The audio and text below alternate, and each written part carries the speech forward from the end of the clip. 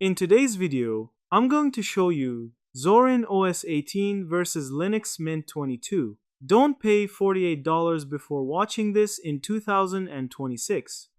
Zorin OS 18's surge in downloads and relevance in 2026 highlights its growing appeal, especially among users switching off Windows 10. Its modern, polished interface designed to feel familiar to Windows and macOS users, seamless hardware compatibility even on machines over a decade old, and built-in conveniences like OneDrive integration and a progressive web app installer make it feel more accessible and almost plug-and-play for many first-timers.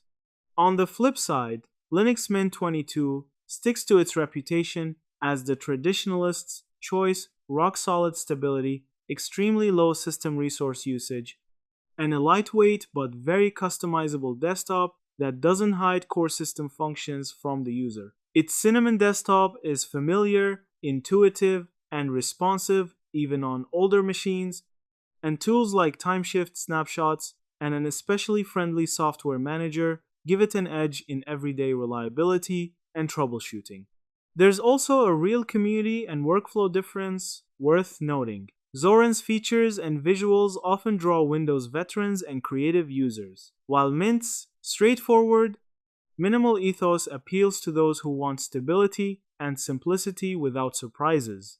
Users on community forums corroborate both sides. Some find Mint faster and more responsive, others praise Zorin's sleek design and overall polish. So, before you spend money on a $48 Zorin Pro upgrade, know this: Zorin wins for modern looks and ease of transition, while Mint wins for stability, performance on modest hardware, and a community-trusted foundation. And for many users, the free versions of both are more than capable without any payment at all. And that's it. Thank you for watching this video.